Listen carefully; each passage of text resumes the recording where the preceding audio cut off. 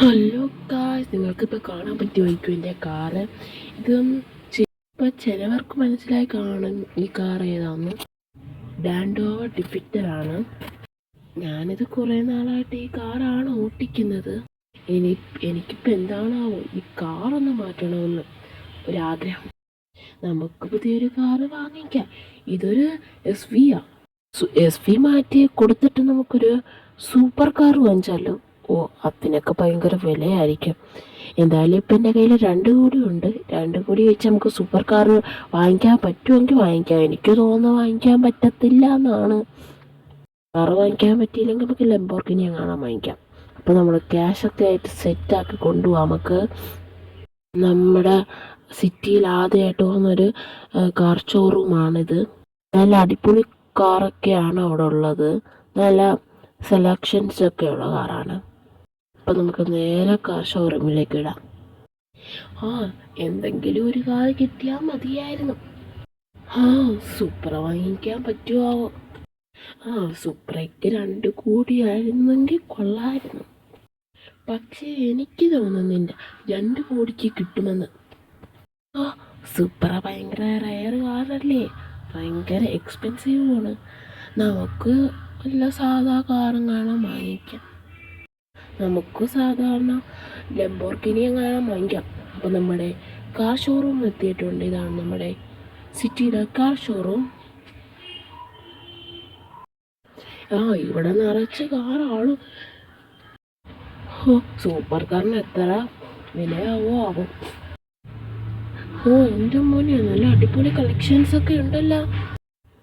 അടിപൊളി കളക്ഷൻസ് ആണല്ലോ. ഇവിടെ റെഡ് കളർ പോഷ് കിടക്കുന്നുണ്ടല്ലോ. Orange colour ജാഗോഡ്.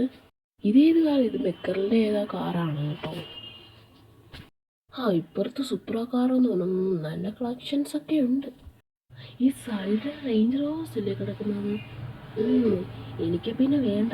ആൾറെഡി എൻ്റെ കയ്യിലിപ്പോൾ ഒരു ഡിഫൻഡർ ഉണ്ടല്ലോ. അല്ല, ഇതേത് കാറ്? ഇത് സുപ്ര കണക്കുണ്ടല്ലോ കാണാൻ. ഇത് സുപ്രയാണോ? അതുപോലെ ഉണ്ട് കണ്ടോ. പക്ഷെ നൈസ് കാറ് കേട്ടോ. ബാക്കിൽ പിന്നെ 2 കോസ്റ്റൊക്കെ ഉണ്ട്. ബാക്കിൽ ചെസ്റ്റർ എന്നൊക്കെ എഴുതിയിട്ടുണ്ട്. അടിപൊളി നൈസ് കാറൊക്കെയാണ്. 2 ബോണറ്റൊക്കെ ഉണ്ട്. അടിപൊളി കാറൊക്കെയാണ്. പക്ഷേ എത്രയായിരിക്കും എമൗണ്ട് വരുന്നത്? എൻ്റെ കയ്യിൽ ആകെ 2 കോടിയേ ഉള്ളൂ.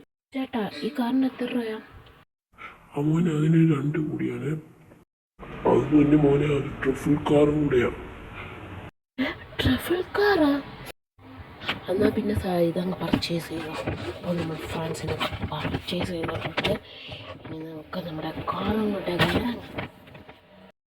സാറേ, പിന്നെ ട്രഫിളൊക്കെ ചെയ്യാൻ പറ്റുമല്ല? പിന്നെ ഞാൻ വണ്ടിയും കൊണ്ട് പോകുമ്പോൾ ട്രഫിളെങ്ങാനും ചെയ്യാൻ പറ്റിയില്ലെങ്കിലാ? അതൊക്കെ ചെയ്യാൻ പോരാ. ഇപ്പം നമ്മൾ സുപ്ര കാറും കൊണ്ട് ഇറങ്ങിയിട്ടുണ്ട്. നമ്മൾ സുപ്ര കാർ കണക്ക് തന്നെ ഉണ്ട് ഫ്രണ്ട്സ്. ഇത് നമുക്ക് ഇവിടെ ഇച്ചിരി സ്ഥലങ്ങളൊക്കെ ഉണ്ട്.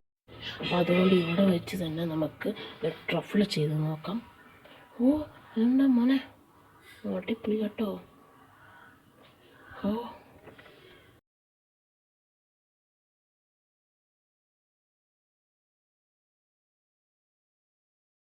അപ്പോൾ ഫ്രണ്ട്സ്, ഞാൻ വിചാരിച്ചില്ല ഇത്രയും 2 കോടിക്ക് ഇത്രയും നല്ല കാർ കിട്ടുമെന്ന് ഞാൻ വിചാരിച്ചത് പോലുമില്ല.